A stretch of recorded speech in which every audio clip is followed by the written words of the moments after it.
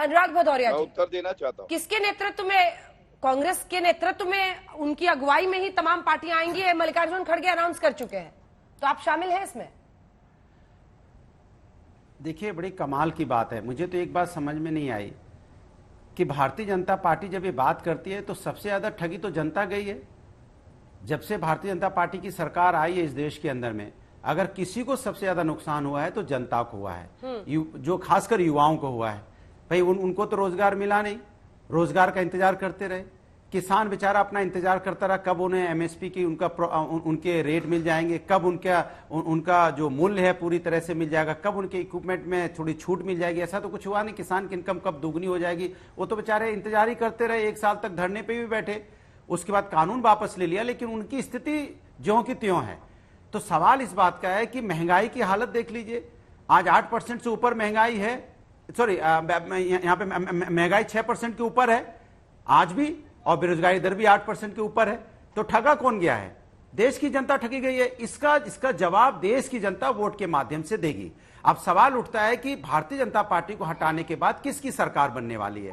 ये तो तय है कि बीजेपी 2024 में जा रही है, लेकिन यह भी तय है कि विपक्ष की सरकार बनेगी। लेकिन ये आप अच्छी तरह जानते हैं, जिसकी सीटें ज्यादा होती हैं, जो ज्यादा सीटों से जीत के आता है, जिस पार्टी के पास संख्या ज्यादा होगी, जाहिर सी बात है वो उसको नेतृत्व मिलेगा। अब संख्या किसकी ज्यादा आती है ये तो जनता तय करेगी 2024 में। लेकिन जिसकी ज्यादा संख्या होगी, खड़गे को ऐसा नहीं बोलना चाहिए था। देखा, उन्होंने कहा कि कांग्रेस की अगुवाई में बनेगी। अगर उनको नहीं, मैं तो कह रहा हूं, अगर हम इसी बात को कहेंगे तो हम कहेंगे कि हमारी संख्या ज्यादा आएगी। कोई भी नेता कह सकता है कि उसकी संख्या ज्यादा आएगी, इसमें कहने में क्या दिक्कत है किसी को? मुझे ये समझ में नहीं आया। तो हर कोई अपने आप को एसेस करता है कि कहता है। अनुराग जी, कांग्रेस की सबसे ज्यादा सीटें आती हैं, तो आप उनका साथ देंगे नतीजों के बाद? राहुल गांधी को पीएम बनाएंगे? कांग्रेस की सबसे ज्यादा, सुन तो लीजिए, फिर वही बात आ गई, ये एजेंडा हो गया। अब आपका सवाल एजेंडे पे चला गया। मैंने आपको कितनी अच्छी तरह बताया कि सारे राजनीतिक दल एक साथ बैठेंगे, विपक्ष के लोग आपस में मीटिंग होगी, तय होगा, एक लीडर चुना जाएगा, लीडर मीटिंग से चुना जाएगा, कोई ऊपर से पैराशूट लीडर नहीं आएगा। भाई ये तो जब सारे दल बैठेंगे चुनाव के बाद तो वो तय कर लेंगे। 5 सेकंड का काम है, कोई बहुत बड़ा काम नहीं होता है। इसके पहले सरकारें नहीं बनी क्या? गुजराल साहब नहीं बने थे, देवगौड़ा जी यहां पे नहीं बने थे क्या? और नेता यहाँ पे नहीं बने? तो इसलिए मैं कहता हूँ कि यहाँ पे मनमोहन सिंह जी भी बने थे। जब आपने कहा ना 5 सेकंड में तय हो जाएगा पीएम कौन बनेगा। 5 सेकंड में 5 साल की सरकार आप लोग बना लेना फिर। ठीक है, मैं आप ही ने कहा।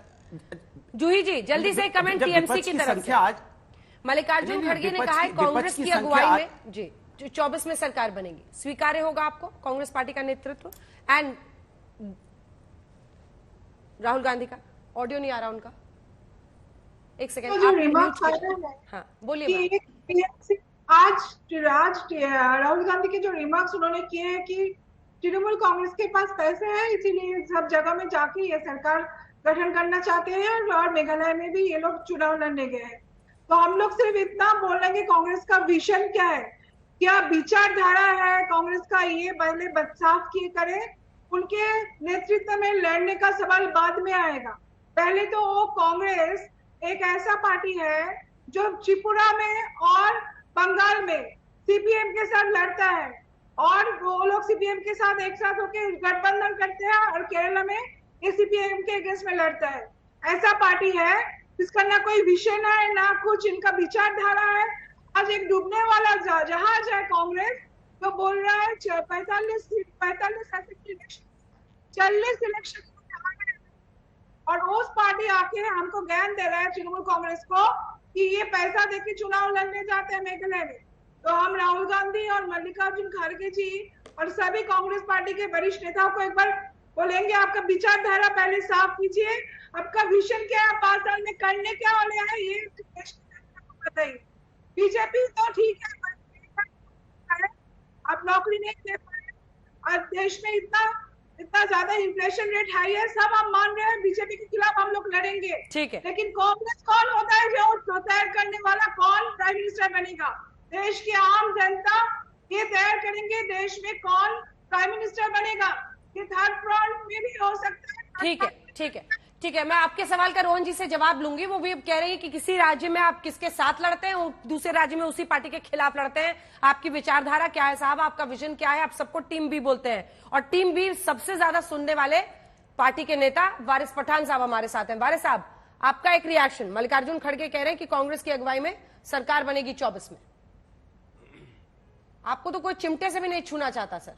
देखिए अंजना जी, बात तो सत्य नहीं, वो तो कोई बात तो सत्य है और सच भी है कि जब से भाजपा सरकार सत्ता में आई है उन्होंने पूरी तरह से देश में नफरत फैला दी है, सेक्युलर फैब्रिक को खत्म कर दिया, डेमोक्रेसी का कत्ल कर रहे हैं, संविधान को नहीं मानते, पेट्रोल डीजल के भाव बढ़ा दिए, बेरोजगारी बढ़ गई, और हर इंसान ये चाहता है कि बीजेपी को हराना है। हमारा भी मकसद मंशा एक ही है कि हमको किसी भी तरह बीजेपी को हराना है। और सुन लीजिए, मोदी को हराना थोड़ा सा मुश्किल है, नामुमकिन जरा भी नहीं है, अगर विपक्ष चाहे तो। मगर विपक्ष के अंदर आप देखो क्या हो रहा है। तो मल्लिकार्जुन खड़गे साहब बोल रहे हैं कि हम हराएंगे, हम बनेंगे प्राइम मिनिस्टर, उनको बनना है या राहुल गांधी को बनाएंगे। नीतीश कुमार बोलते हैं कि हमारे साथ आओ, हम हराएंगे, हम बन जाएंगे प्राइम मिनिस्टर। केजरीवाल साहब अलग सपना देख रहे हैं। ममता दीदी की पार्टी की प्रवक्ता बैठी है, वो सोच रही है कि मेरे साथ आओ, हम जीत जाएंगे, हम प्राइम मिनिस्टर बन जाएंगे। तो देश का तो एक ही प्रधानमंत्री होगा ना। अगर विपक्ष एकजुट हो गया, तू मैं बंद कर दिया, तो इस वक्त उनको हरा सकते।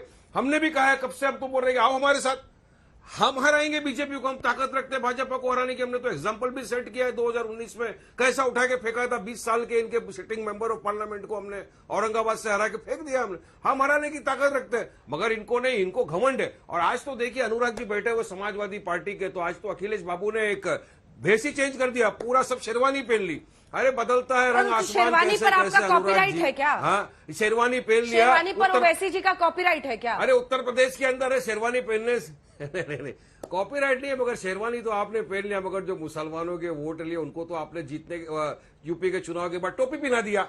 अरे शेरवानी की थोड़ा लाज करो, शेरवानी की कदर करो, जाओ थोड़ा वहां पे राजस्थान हरियाणा की तरफ। अरे जिनके नाम पे वोट लिया मुसलमानों को, आज उनको वहां पे मॉब लिंचिंग करके मार डाला। जाओ वहां पे, रास्ते पे लोग खड़े हो गए, महापंचायत लगा के और बोलते पुलिस को धमका रहे कि कोई भी अगर आया FIR लॉन्च करने तो उसको मारा जाएगा या काटा जाएगा। कब? अरे न्याय की भी तो बात करो ना।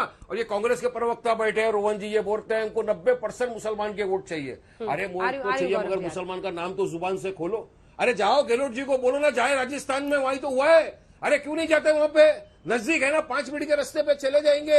नहीं जाएंगे ये लोग, मुसलमान का नाम लेने से कतराएंगे, फिर बोलेंगे वोट दो। क्यों देंगे भाई फिर आप तुमको वोट? हाँ, जब आप हक की लड़ाई नहीं लड़ना जानते हो, खाली क्या प्राइम मिनिस्टर बनना है, प्रधानमंत्री बनना है? देखो हमको तो नहीं बनना है प्रधानमंत्री, हमको तो नहीं बनना है चीफ मिनिस्टर। हम तो चाहते हैं कि न्याय हो, देश में इक्वालिटी हो, सबको अपना अपना अधिकार मिले, महंगाई बेरोजगारी कम हो। आओ लड़ेंगे, हराएंगे। मगर नहीं, मुसलमानों को स्टेज से धक्का मार के उतारेंगे, फिर बोलेंगे हम जीतेंगे और बीजेपी को हराएंगे। अरे बीजेपी को हराना है ना तो प्रॉपर रीत से आइए, एक वो तस्वीरें जरा निकाल लीजिए। आज जब योगी जी बजट पेश कर रहे थे, हमारे साथ हराएंगे उनको।